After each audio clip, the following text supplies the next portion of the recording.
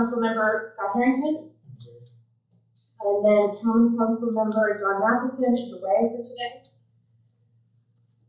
Moving on, we're able to take a look at the meeting minutes from last June meeting. Accept those. So we have a presentation in terms of starting our topics. Today we're going to hear from the YMCA about a particular grant application that involves potential funding for a river pool splash pad. So I want to just turn it over, I guess, in terms of introducing us to the project. I'm Frank Russo, but actually I'm here on FOF. Oh, that's right, thank you. So I'm here on a couple hats tonight. Yes, thank you for. I apologize that this is a quick thing that comes to committee.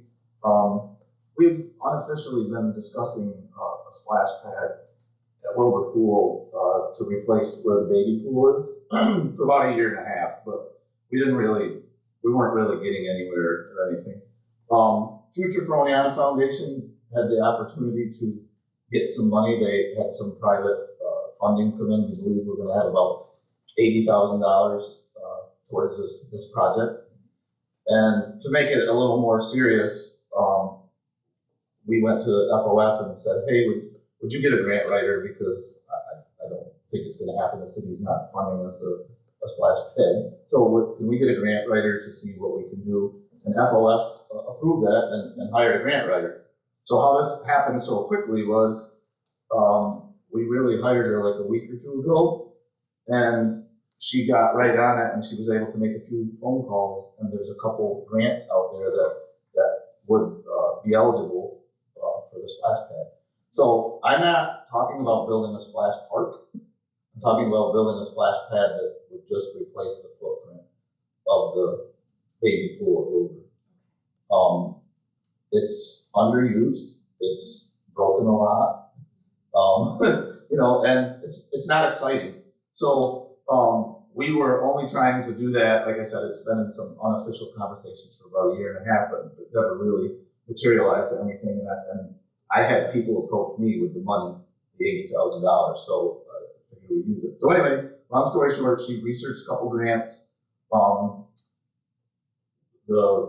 It's a little tricky because FOF would be the lead applicant in the splash pad project, and apply for funding from the Environmental Protection Fund grant for parks and preservation, and also the nonprofit capital grant from ESD, which is both in the consolidated funding application, but it's due July 31st. So that's how this happened. So we hired her. She found two things. She's already made some preliminary phone calls, and they seemed positive that this would be something that would fit the funding. So this project is about $350,000. So, and that $350,000 doesn't build us a giant splash pad. It builds us the footprint of the baby pool. So with the money that we have, and we think we can get some more private funding, and these two grants, we feel that this could be doable, and this would happen if you approved it, and then she could go forward with these grants. So the city also has to pass a municipal resolution, and I know Greg knows more about that part. The city has no financial commitment to this project. FOF will fund the writing of the grant, will provide the funding to execute the project, will receive the reimbursement directly from the granting agency. There was some hopes that the city could provide demo, break up the concrete, whatever. But pretty much FOF is going to see this project through. They have to apply and then oversee the grants. And then at some point, the city and the future of Oneonta have to enter into a stewardship agreement that outlines that FOF would be the steward of the splash pad. So it was a very simple concept. Actually, we had gotten prices about a year ago. I don't know, has anybody seen it? Good? I don't know if it should be in the packet. I don't know if I got printed out with the one Virginia had, but there were some images, renderings of what it looked like. That's about the footprint of the. So again, it's a very it's a small footprint. It's just to, replace the baby pool. I think it will be a good addition. It's a start to something. I wasn't trying to circumvent any processes. I was just trying to get this done, and it just so happened that when we got the money and the grant writer, she found the grants, and that's why this just came here like this. So, it was all on me. This was me pushing this forward. We've had, like I said, unofficial conversations for a year and a half, and I didn't think we were really going to get anywhere, so the opportunity arose and we took it. So, am I missing anything, Greg, from the meeting with the grant writer? She would have been here, but she's unavailable tonight, so I got elected to be the spokesperson. Yeah, you pretty much covered it, Frank. I mean, as far as the city's role, again, Frank said that the city's not being asked to financially contribute any of the cost of this. Between the private donations and multiple grants that FOF is looking to apply for, if they were able to get those, they would be able to cover the full cost. The motion, the resolution that would be required for council would be, because the grant application they're looking to apply for in July is to the New York State Office of Parks, Recreation, and Historic Preservation. Obviously, the pool is on city property, it's in a park. The municipality needs to endorse that application and say that we actually do want this project to happen and are willing to take ownership of it after it's constructed, in order for them to be able to apply. And so this is for 2025 completion? That would be the goal, if she can write this grant by the 26th. So, and I know that she made some initial conversations, so it wasn't like we're just cold calling the project. Nobody can guarantee you're going to get the grant, but there seemed to be interest in it, and they said it fit the parameters of those two particular grants, that was something that they would try to fund. And the $80,000 that I got was specific to Wilbur Pool. Like, it's tagged. It's not up to me or anybody else to change what the people gave the money for. They were interested in replacing that baby pool. Scott, did you have any questions? So I kind of look at this as, we're getting donated a splash pad, and it's like any other donation, we take ownership, basically. This wasn't something to sit around and see if it was different outside. Because I'll be honest with you, I already got phone calls about, hey, things were promised to us down in Newell Park. Greg, myself, a couple of people walked about a splash. But we're calling that a splash park. This is a splash pad. This is a splash pad. And by the way, I would tell you that I'm all for building a splash park in Newell Park. And if I can help with it, I will. This was just an opportunity to come up, and the city of Oneonta spends a lot of money on Wilbur Pool, and it would be nice to get better use from it. And I think the splash pad would be a good little addition. So I want to have you put your head out as to why. Because you own the pool. There's the small pool, the kiddie pool, doesn't get used very often, does it? It doesn't seem to, and we did a chart of use. Well, both pools really don't get used like they, post-COVID, swimming has changed. People don't come there and spend the day there anymore. So, it's definitely changed in the sense of COVID, of the pool usage. And it's hard to explain, but it's not like when we talk to other people, they're seeing the same thing in other places. But I do believe that young parents would bring their young kids up to run through the splash park for a little while and have a little bit of fun. I think it would just add a little bit of excitement. I said splash park, splash pad. Sorry. And the particular design that is out there might not be the design. It's got to be in that footprint of I can't remember what it is, 30 or something. But there's not a lot of room to work with. And the other bonus, I believe we determined over Red Red is we can use the infrastructure or some of the infrastructure. I mean, the water and stuff is there. It's not like we're running it out in the middle of a field. That was my question, just looking at these images, the location, but you clarified that it's actually where yes, it would go where the baby pool current is. baby pool is within the parameters of the Yeah. pool itself. So that was my question. It's not very, it's big, but it's not very big in the scheme of. Right, no, that's why I said this is a splash pad. But a 5 foot overlay, so you take the 5 foot overlay from all the way around, and shrink it down. And I would think that that could be, if somebody came in with a better price or a little bit, I mean, we probably could get a little more space out of there, right? I mean, I don't know if it's particularly locked to that space, but it's that footprint. Like I said, I mean, the way I see it is, what Scott just said, someone's trying to donate you a splash pad. And update the infrastructure. And, yeah, so, you know, and then if it doesn't come through and it can't happen, nobody's out anything, we won't take the grant. The kiddie pool. The kiddie pool will live another year. Yeah, as far as long-term maintenance, I don't really see it being much different than the Probably less. pool we have now, maybe probably less. And, you know, from that perspective, it's like we're adding a new service, a new asset to maintain that we don't already have. There certainly isn't an option being discussed to get rid of the pool, so if we're gonna have it, let's make the best use of it. And it seems like splash pads are generating more usage than baby pools. But again, I apologize for such a short notice, just for once, nothing ever happens like that. Nothing ever happens fast where you hire somebody and she found something, so. You know, from walking with the person who we're looking down the new wall, winterizing it's a lot easier than a pool. Put a grate over it, drains the rain, make sure the water shut off. My question though is water usage. Are we going to be reusing the water? Or are we just going to be straight water, straight drain? That would be to be determined. The company that we talked to last fall, I think it was last fall when we first talked to them, they had both options. We have to look into the details of that to see which one really makes the most sense.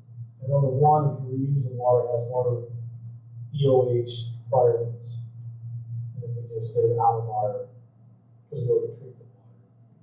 I'm just trying to think of water use in general. That was my question. I was wondering about as well. So what are we going to do with the water? Is it going to be reusable, or is it something where it will be expendable? But I guess it's to be determined. Yeah, I can't say right now which way it would go.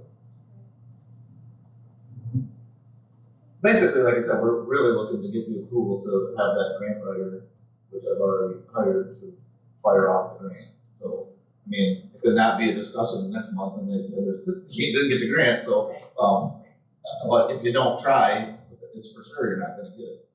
Right. Absolutely. So what is required from the city is to approve, what you would like is a resolution that the Friends of the Future Boniato Foundation would be applying for this grant, and that you have this grant application in by the end of July, this July. And then eventually we'll be approving the stewardship in coordination with FOF. Quality of life is coming back for a second. Just if we're going, if for some reason we get this, go through those that we get it, I think we'll have to work on the parking lot. So I think we're going to have to. Yes, that's an asterisk. Okay. Decision in terms of consent agenda. I'm happy to move it to consent agenda since we've had a comprehensive overview of timing, grant application, and then what is required of the city. Can I make a suggestion? Maybe this will be a discussion agenda only because I've seen some possible questions from the city attorney. You can ask some questions about it, like what's our legal,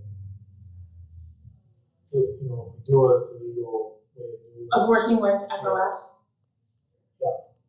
I just see some, and I see it may want to pull up just for the, to be able to ask those questions. There may be some other questions that somebody might think of between now and then.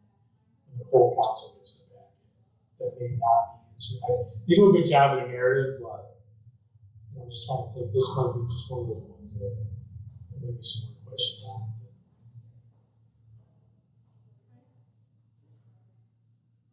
We don't have a third deciding vote. But you're the chair, which is whatever you want. Well, we don't have Don to hear from. I just see some of the council members asking some questions. I think some of them are some legal questions. Like what's the legal part of the city? What are we, what are we getting into if we do this? Are we saying X, Y, and Z?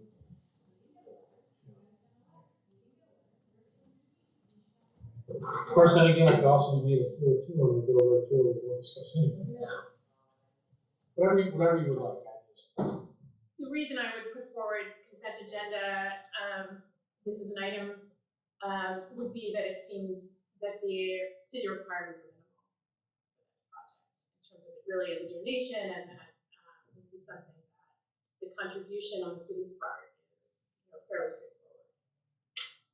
So, do you have a comment or question? Would you mind if I ask my questions here while we have representatives? Thanks, Ray. Thanks. Okay, so at our last council meeting, we had talked about like plan B for some of our ARPA funding.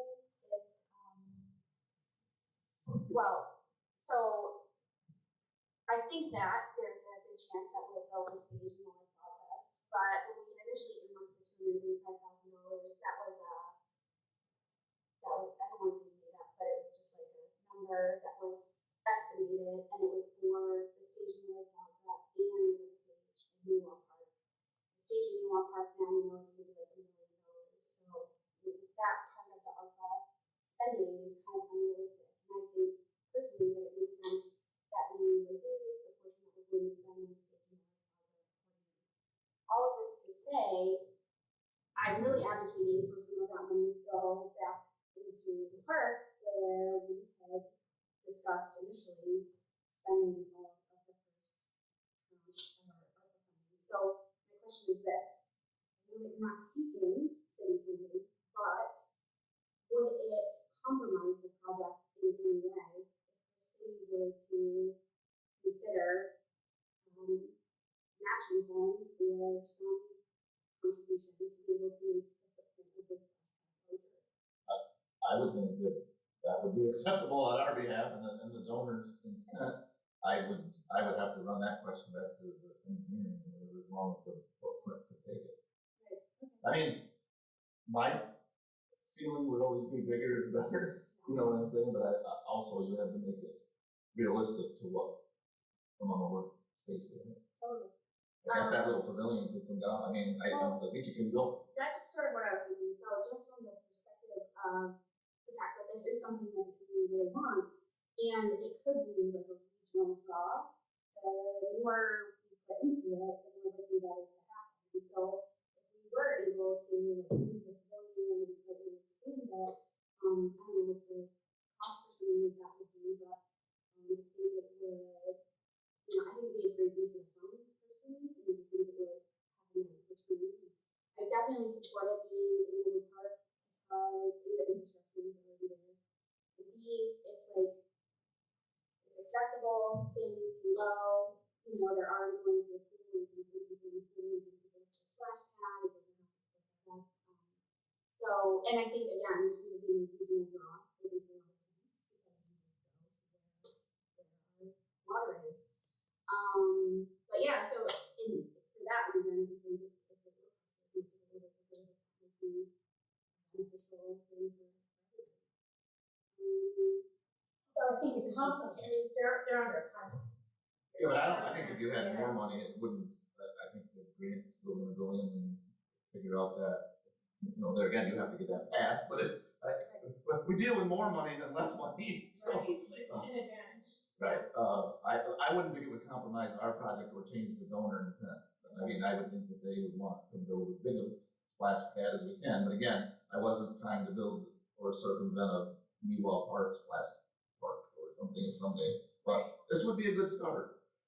So my follow-up question is about the water recycling. Does the pool recycle water? No, just those 15. I mean, there's backups. I don't think it's capturing a lot of It's water. not just going straight down the drain. It's put the splash pad. Gotcha. Then my other question is about maintenance after the ownership.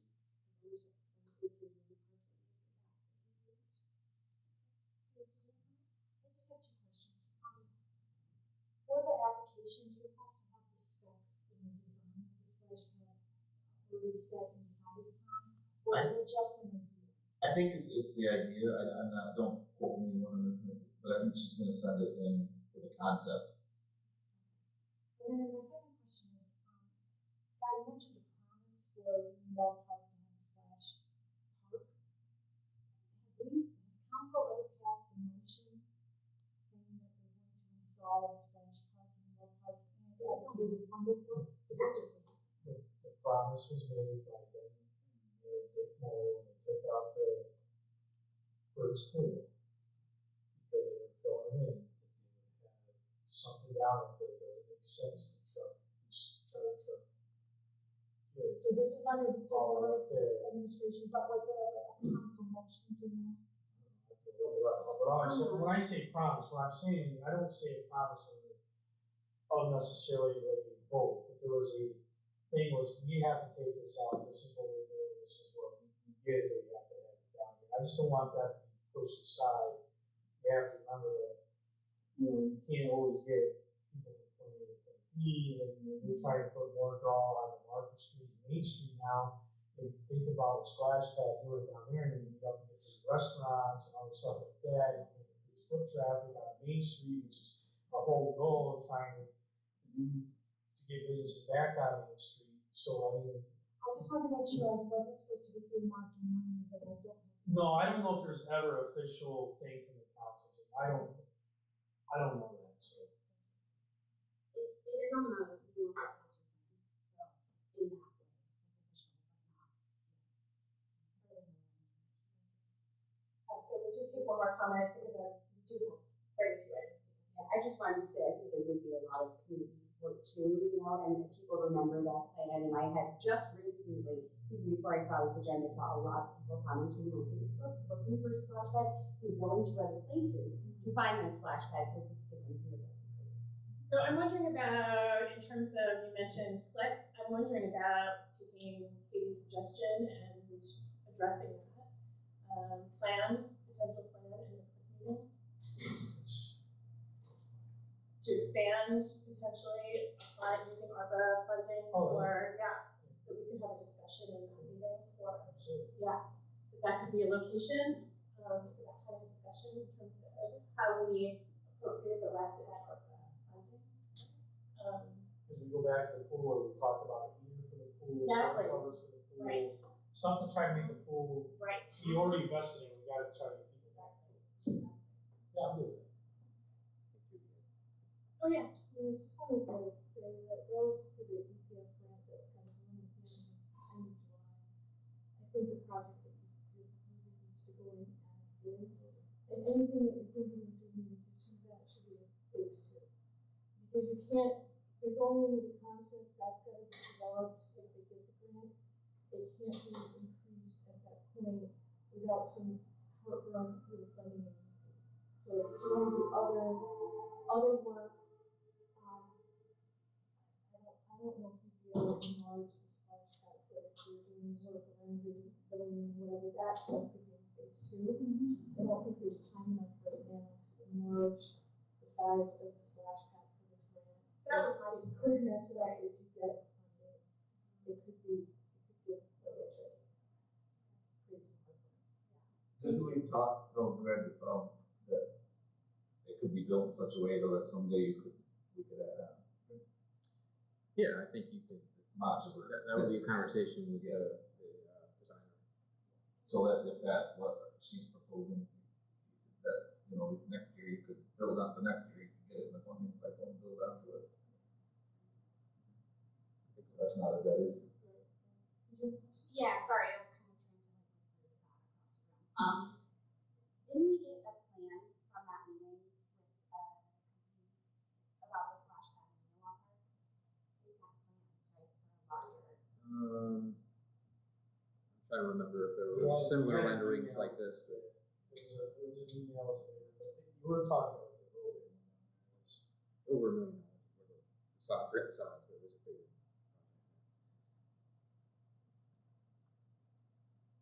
Yeah, I would just say, I mean, I think it's a really beautiful gift to the community. I just don't want to do something that limits our ability to do what we ultimately like to do.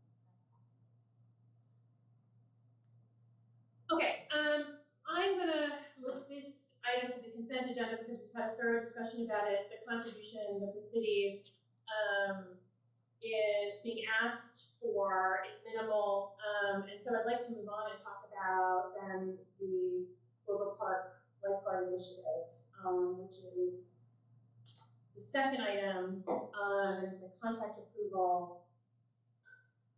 Any comments? I think I'm in a conflict because my daughter works for the Y. So I'm not sure that I can really say one way or the other. So.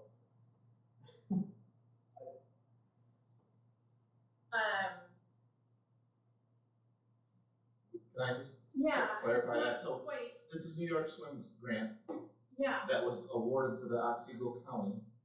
There's 4 pools that qualified, Wilbur being one of the 4 pools. So the 25,000 will get split by the people. But the catch to this is the city has to apply with the county. And I know Ginny's trying to, nobody seems to know the answer of how to do it, but the county's getting $25,000. But again, this is due at the end of the month. And what this is designed to, and I'm going to go as quick as I can, is obviously everybody knows, we've talked about it for years, there's a lifeguard shortage. You can't get lifeguards anywhere. We're kind of fortunate that we get all the new lifeguards every year because we train them, but we want to be able to retain these people. So this money is really to give retention and lifeguard increases. So the city really isn't spending any of its own money. It's a pass-through grant from the state to the county to the city, and then we would award it to the lifeguards. I got an email from Steve Andrews yesterday saying that he will be following up with me as soon as he gets more information. The county has to put their grant application into the state by July 26th. There's 4 swimming pools, as Frank said, in the Otsego County area that qualifies for funding from this grant. They already have the city of Oneonta as an interested party. We are just not sure what we have to do on our part to become a recipient, if we have to file any type of request for anything like that. For example, when we apply for our youth program, which helps pay for the lifeguards through the county program, we submit an application telling what we're doing. We're assuming we're going to do something very similar to that. And so we just want to bring it to your attention that we're very interested in becoming a recipient to share in this $25,000. If that does happen, we will have to have a contract amendment with the YMCA to increase what we're going to pay the YMCA for whatever additional funds that we get from the grant. And it's all going to labor, though I want to be clear, the Y doesn't keep the money. So it goes to It's supposed the to end be users. to recruit, right? Yeah, And recruit or retain. Yeah. Retaining is the one, that's the Right, hard one. right. Everybody is after, they steal our lifeguards every year. Give them a quarter every month, so. Thank you. Scott, did you get to recuse? Yeah, I Stepped don't out. want to Okay. say one way or the other because I don't want to get myself in trouble. So we'll move this to the consent agenda following our discussion. Our next item is the review of boards and commissions. Any comments, observations you want to review? Thank you so much for your time. Appreciate it.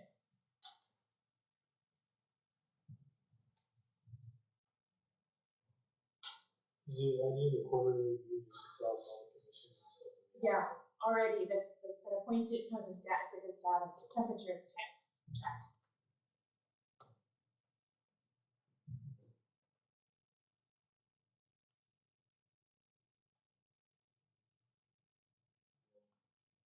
It's good to see the names that are on the boards.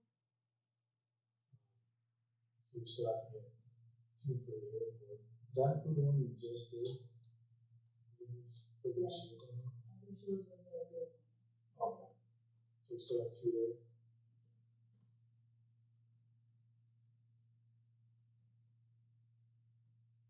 So I guess the question is, do we have any sort of information about the vacancies, where they're at, with their proposed individuals, or the church the city? There's one that's proposed appointment, that's the next topic of discussion currently. sure about the interest in the other ones.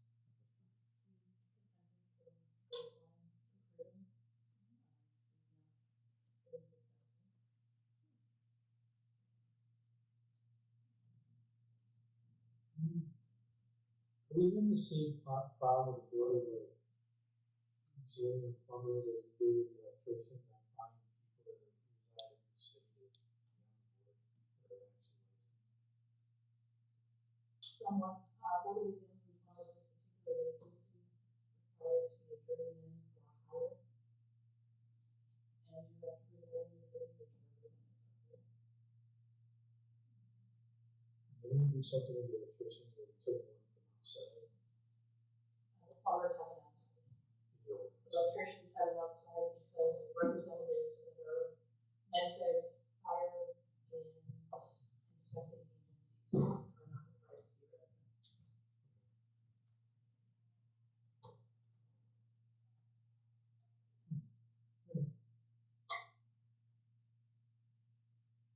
Other questions? Yes. Because I noticed that the Americans with Disabilities committee is not active. Is there a reason that that's not active? That's a good question. We can certainly find out more. That's something that I too. would be interested in helping out. Mhm.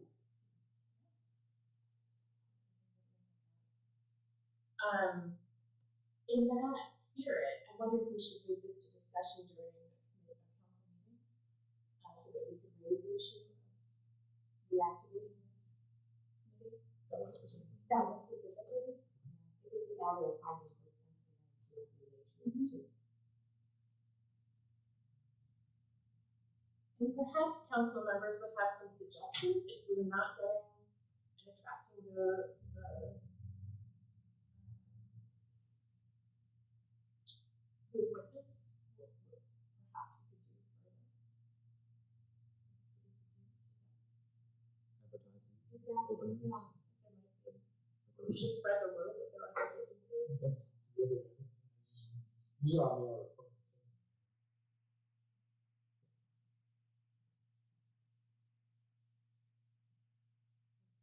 Including as an entire committee that's not been activated lately. So Another committee that hasn't really been activated in that is the Board of Ethics. So, The Board of Ethics. Just revised. So perhaps this is worth a discussion. Just to kind of raise awareness and the council members, if they perhaps would know of individuals who would be interested in serving on these boards, if they could make a recommendation to the mayor. Is that feasible? Should we put a discussion item recruitment to fill Board of Commission vacancies? How does that sound? yeah, I mean, last year we started some charter to allow to attract to bring people back that were interested in certain things, but they timed out on the term limits and what the term limit would be, whether you have to be on for 6 months before you be appointed or whatever. And at that time, some of the older council members that aren't here now, but their heels and said term limits, but they didn't really know. We could never get it through what that term limit meant, how long they had to be out. And I think that's probably something to revisit really easy is how long do you have to be out? Is it 6 months? Is it 1 month? Is it 1 day? Is it 1 year? To put back in if people are still interested if they want to. Because like some of the ones like the zoning board, the planning board, you have to go get training because you're actually like a judicial board making decisions and stuff, and that takes a lot of learning and a learning curve. Just kind of say, well, if you go it wrong. I think it hurts us more than it helps us. But for my 2 cents, it's worth. So that could be a discussion point to raise. Yeah. That we could revisit. Okay. So we'll move that to discussion. Okay, so moving on, we have another board and commission's appointment. Emily Falco to Public Arts Commission. So we can move that to consent. And then staffing, to fill a vacancy, Public Works streets crew, maintenance worker.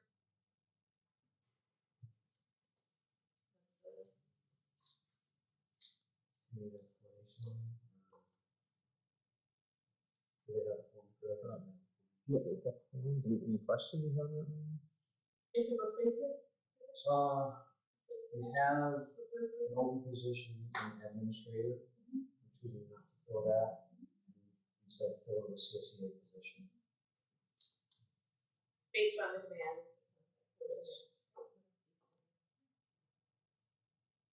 So it doesn't impact the budget.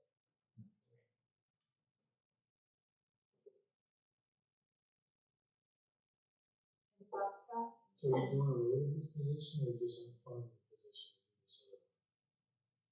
We're not filling the position at this time. We don't want to eliminate the position in case it's needed in the future. Right now, it's not needed. Yeah, but we would use the term eliminate a position unless we're talking about eliminating the title. That's what I'm not. So the title That's will what I'm still, saying, like, do away with the title, or just fund that title. the latter. The title will still exist, but won't be funded. Instead, we'll fund the. So I phrase it wrong. No, that's fine. I understand. Just making sure that it's simple. This is not creating a new position on the streets. The admin position that we're not going to fill was on the streets crew, and that's really on the streets crew. So the streets crew total number of employees will remain.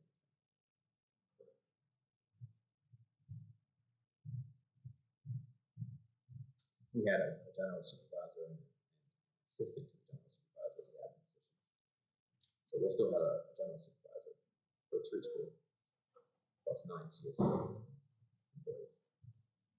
Does this make you full or social? That would be full on the streets crew.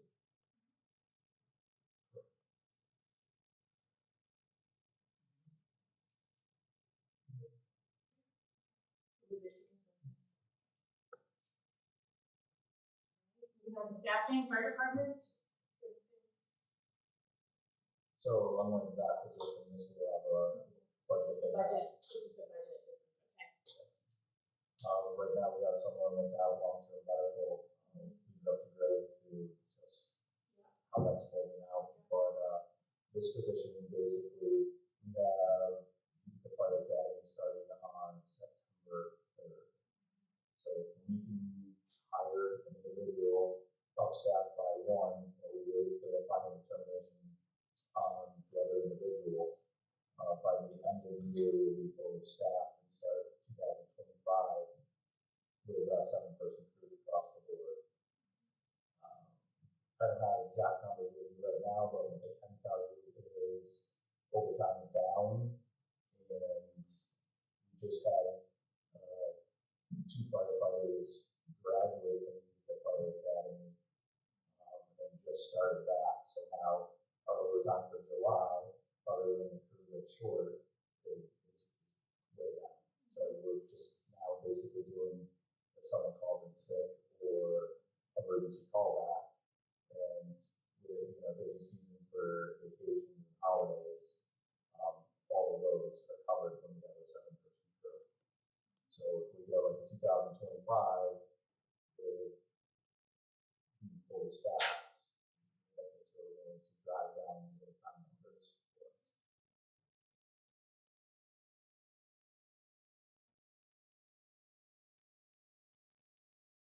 So 30,000 from the hire that you would like to commit to from September to January. That's, we wouldn't have to come back, so we wouldn't have a motion on this coming council agenda.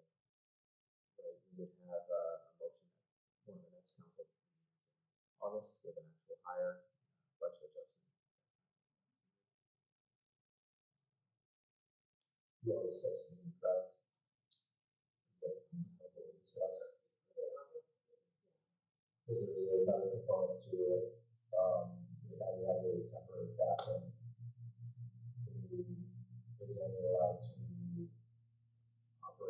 sole source rolls to until August 7th. So the August 6th meeting, hopefully we can package everything together and have a permanent position for certain time next year. And start recruiting. We've already recruited, so we're basically, we canvassed a lot of, canvas letters out. Yesterday was the deadline, so all we need to do is physical ability tests and do interviews and we'll be ready.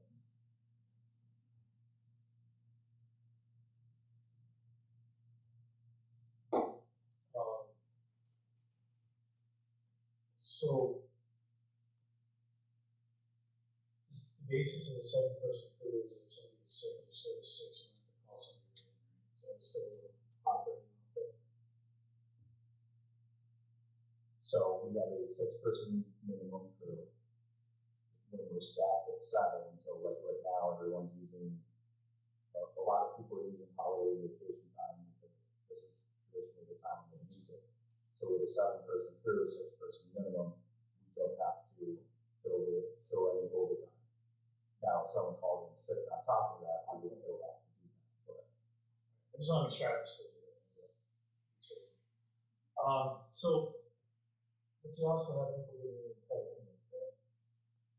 that are eligible, not that they're going to, but they're eligible to be paid. So I look at this as the same as we've done with the police department. I don't mind trying to put that extra to get them trained because it's still like a year for the fire academy, then a year for paramedic. the fire academy, depending on when we hire them, I've always taken the approach to try and hire our new recruits right before the fire academy so that we're not paying someone that's not fully trained. So when we sign them, they get that training. If they have EMS training beforehand, that's great. If not, we have to do that beforehand or just after. So it's a perfect example. Of the 2 people that just graduated the fire academy, one of them already came to us as a paramedic. So this person instantly goes to work and training other than continuing education is done. The other individual came to us with no fire or no EMS experience, got acquired the academy. Now we have to send them to EMT class in the fall, and then within 4 years we'll have to go to a paramedic class that's a year long. I kind of rate this like the police department. Done it a couple of times in the past. We hired above capacity to fill in, backfill, and tires and stuff comes through and trained. So we're not behind the eight ball. So I'm a supporter of this. Try to get this through. So the question then is consent agenda, or should we have a public discussion? Council, in my notes, Well, I'm going to say we have gone on executive session a couple of times over this. over some stuff. So Yeah. I think that the one council member might discuss that. So we'll do a discussion motion for this. So there will be eventually, it won't be on this coming Tuesday's agenda, but there'll be 2 motions because we have 2 pieces. So there's the hiring of the firefighter and there's the permanent appointment of the fire captain. So we have a temporarily appointed fire captain to the fire captain position that's not vacant per se, but not filled by an active employee.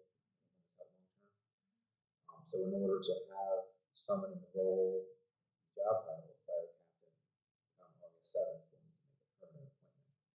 Alternatively, if that's not filled, then that role, the leader of the crew on that particular day, will be filled by the crew leader, which is a designation we have so that the senior firefighter in that crew gets paid at the captain's rate for the day. So whether you're paying a full-time captain in that fire captain title or you're paying a crew leader, there's really no cost difference. But it's just a matter of is the council willing to permanently appoint one of our existing firefighters to the position of fire captain, which replaces at 5 fire captains as opposed to the 4 that are budgeted. Understanding that the 5th is potentially looking at retirement, but that's not something that is been determined yet. So this should also be up for discussion. I think both of those They're components should be up for discussion. would be a budget amendment. Yeah, so three, So 3 years. maybe. So moving on, we have the pipe contract approval. So a little background, required to do a full inventory of all the water services in the city. We have roughly 4,000 services. Of those services, there are 700 of them that we do not know what they are. They're unknown. We don't know if they're lead, copper, galvanized, whatever. So we received $1.2 million from bill funding, and we put this out to bid to have a company that specializes in scanning the pipe. What they do is they run a sensor down the surface, and they can send a signal that determines what type of material it is, so they can determine what those 700 services are, whether it's lead, what have you. Received 2 bids. Recommended bidder is Electroscan at a cost of $935,000. So under the grant, Just the cover that cost. there's no city match. Correct, and we may be able to be reimbursed through the grant for some of our staff time that's spent on the project as well.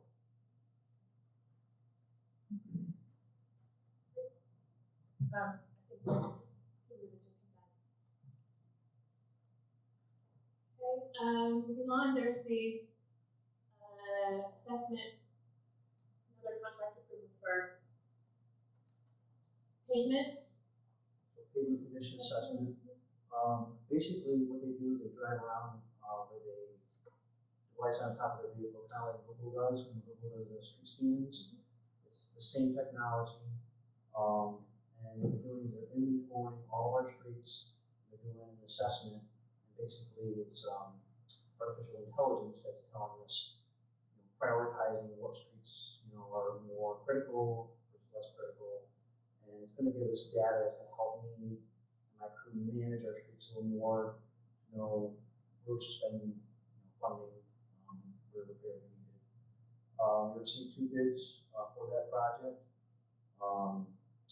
And the recommended bidder is TreeScan, Wakefield, Mass.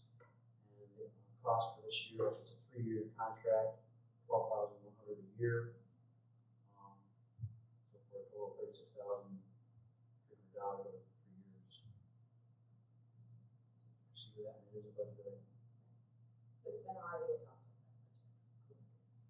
I would say if we're awarding a 3-year contract, we'd be planning to include that budget request for the next 2 years as well. Scott, any concerns, questions? My concern is I'm not behind AI I was just gonna say, yet. It's on new comments on technology, AI? so. And how it's infiltrating everything? No, I mean, I think it's a good tool. I don't think it's going to be the ultimate tool because we still have. I think it's going to be helpful in having data, but I don't think it can be the primary decision maker on putting into this one easy because you still have your gateways and some of the stuff that the council may want to make as a priority versus that. So I don't want you to use your hopes up that that's. No, we're not going to sit there and say, well, you got it, but we don't want you to use that right now. The thing I like about it is it's not going to be my opinion. It's not going to be my supervisor's opinion, my crew's opinion. It's going to be An outside. Recommendation. Opinions completely aside. So and it'll help provide backup data for someone that might be, why are you doing this road over this road? Well, this analysis shows that we should attend to this road. Well, that's kind of what I mean. So make the best use of your limited dollars. Spend $1 maintaining this road today, and you don't spend $5 reconstructing that road 5 years from now. It's like that. But there, as you said, there are other factors: the criticality of the road, the importance, the amount of traffic.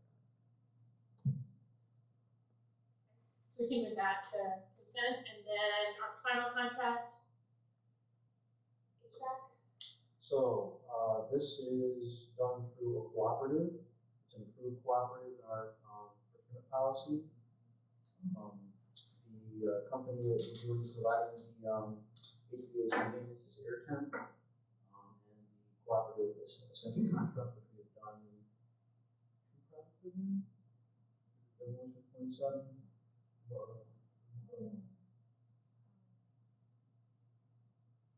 Oh, the controls for public safety building.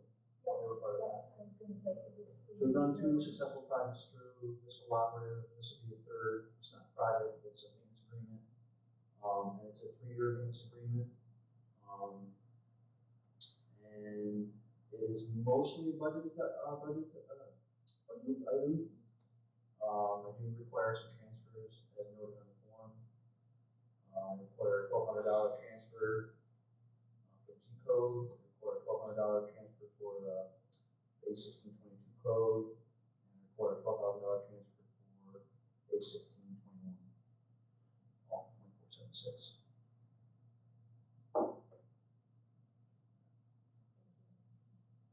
We've also had air temp for over 5 years. I would say doing most of our HVAC work. So it's not renewing the contract; it's a new contract, but it's with a company we're familiar with. Has done good work. I would say we're very satisfied with their work. They have corrected many, many issues in many of our buildings throughout the city, and they continue to address issues as they arise. We had another company in the public safety building, and the HVAC had gone horribly wrong there, and we did a control system with air temp, and fixed a lot of it. Tested that or not? Absolutely. Okay. There's still some issues, but we're working on it. Yep. Although,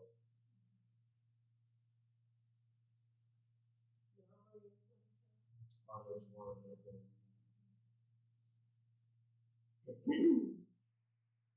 And so it would require transfer from contingency. the large one, though, yes.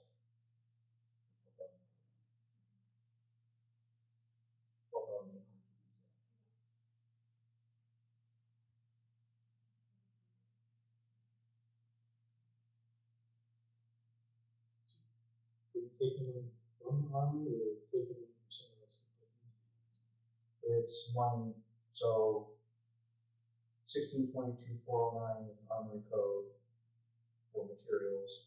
Taking $1,200 out of materials and supplies and putting it in 76 code. With a transfer within the armory code. And the same thing for the version code. So we just had this discussion, lots about possible sobbing and stuff like that. Further incentive here, potentially, on both. I can just jump in. Yeah, until we saw it, we still can maintain it. So, Well, I understand that, but I mean, there's a team and then there's what, Updating the HVAC system. Well, we're not updating, it just means. Just maintaining. Yeah. This is for quarterly or depending on the building, annual or quarterly. They're all in, change filters and things like that. this is just routine maintenance.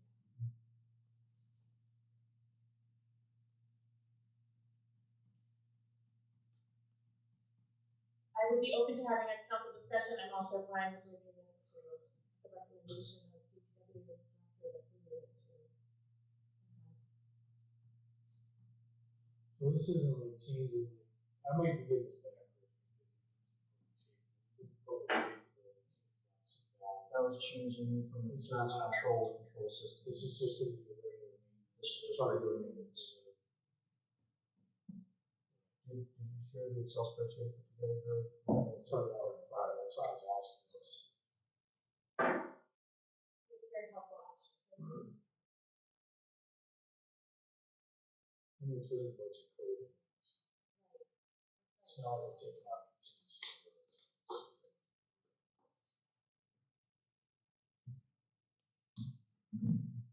I don't know where to stick that, to be honest with you. I think we're gonna have to revisit the other discussion. It makes it a little easier if you have a budget item for the armory. So, say we sell it, year 2 and 3, you can easily take it out of contract. It's just when we sell it, say we sell it now, there's 6 more months of maintenance, we save 50% of it. It would be a negotiation there to reduce the contract, but we have a number in front of us of what it will cost. So it'd be easy, I think, a relatively easy negotiation. It's further reason to revisit it in terms of selling it.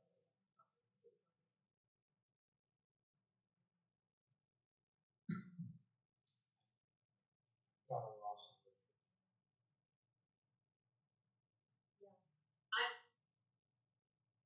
Anticipating various council members, I think we probably should have a discussion. However, my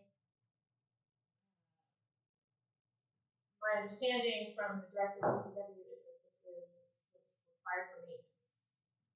So it seems like fairly straightforward. Yeah, I think if, just a general maintenance contract, I think we should go. It's not a price, so that's the key difference. So I think we should move it to consent. I'll include a comment that clarify when it's clear. It's just routine maintenance. Because you can easily read it the way I read it, which was because this isn't updated. So our second to last item is on financial reporting. Which was a memo from the finance director. So, right, which, however, I have to apologize, I don't have it. Okay. I'm hoping that it will be by Tuesday, possibly, but if not, it'll be ready for the next meeting. So for our next meeting. I've just been in the depths of the audit. I just haven't been able to get to it. Yep. Okay, our final item is the budget preparation statement. It's a narrative. For those in the audience, that the annual budget planning process will begin in July, and there will be a special council meeting scheduled in July to start these initial conversations about the 2025 budget.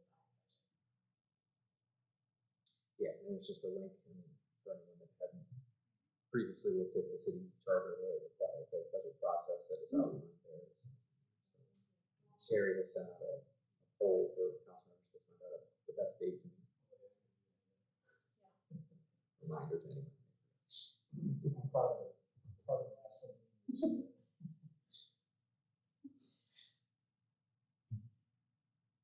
yeah. One of those weeks already. Okay. Well, it's also July. So I, have no problem moving this to consent. Yeah, there really isn't anything to move forward at all. It's just kind of information. So that is gone through the list of items. Is there anything you wanted to really do? We did have a couple of things, and that's what Scott said. So we have additional items here? Okay. Yeah, the fire chief came forward. He's been working with the Franklin Treble Fire Districts on, I'll let you explain it. It's right in front of you here. Chief, you want to? So over the last 2 years, we've been trying to upgrade our extrication equipment. Last year, we had in the budget to get battery operated tools. So when I talk about extrication equipment, that's when there's a car accident and we have to use the jaws of life to spread a door, to get a door to open, or a cutter to cut the roof off so that we can get to a person. This year we have $20,000 in additional funding to get us closer to a finished product. What you see in front of you is a picture on the back. That is I believe it's a 1999 power plant. So it's a hydraulic pump. And then you would hook hydraulic hose to the cutter that's pictured below that. Based on newer technology, this equipment has really gotten antiquated. It takes us a long time to cut through things. So as an initial tool or as a backup tool, it's not really beneficial for us. We do have a volunteer agency that's interested in it.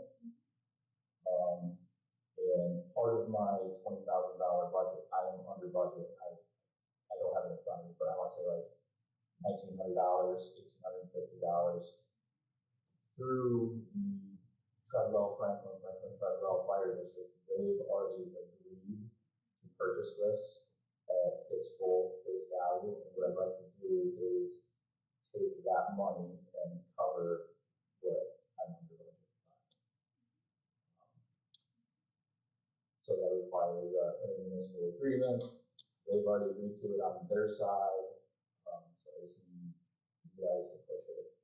If you agree to it, to send it up to council and for them to, you guys agree to it at that level.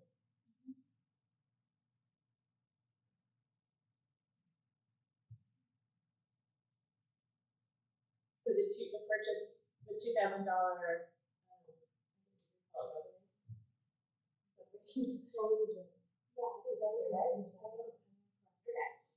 the revenue then would be placed in your budget for the year.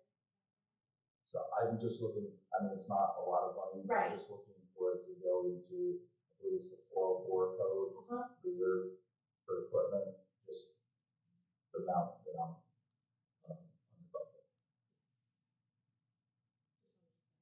It would be a budget amendment, so we're increasing the revenue for the surplus equipment, and then increasing the expense for the wind power. And should we really read on a dollar amount in the The dollar amount is based on a third party vendor who gave us that dollar amount. And I talked with the fire chief and the federal fire department, and we thought that that would be acceptable. So then took it to the commissioners and they approved. So the motion would be to declare this equipment surplus and then to approve the intermunicipal agreement for the CIP. That way, we don't have to put it out for auction. So we would have to put forward that as a item for discussion. Could be consent discussion, whichever you.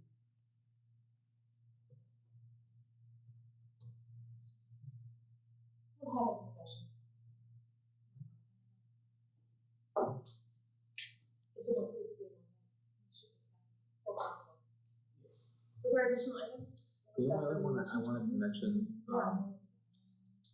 and I apologize, we've had some vacancies in HR unexpectedly, but Recently, recently. since we last met. Yeah, that's why we don't have it all prepared today. Uh-huh. But we do have a couple of, I think one or two potential participants through the CDO workforce program that would like to do some work on city sites, working for the city essentially. But they can't start until we have an agreement in place with the CDO workforce. So I'd like to, if I'm able to finalize drafting an agreement by tomorrow, add it to the council agenda and discussion item, since we're not really able to review anything tonight. Just, if we can move it forward, that way these folks will be able to start working sooner. Yep. Which would help. I think they're working in the Parks Department. That's right.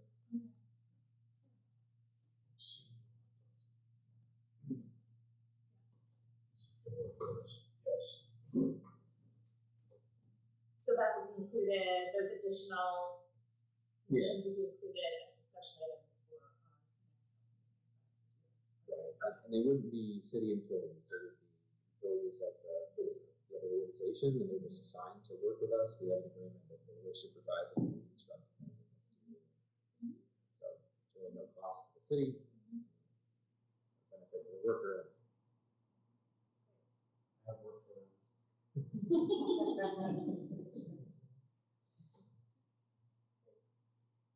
Is there additional items? It's all over that. Sorry. Scott, is there anything you wanted to add before we adjourn? Sorry? I'm all good for this one. Okay, great. All right, so then I adjourn our meeting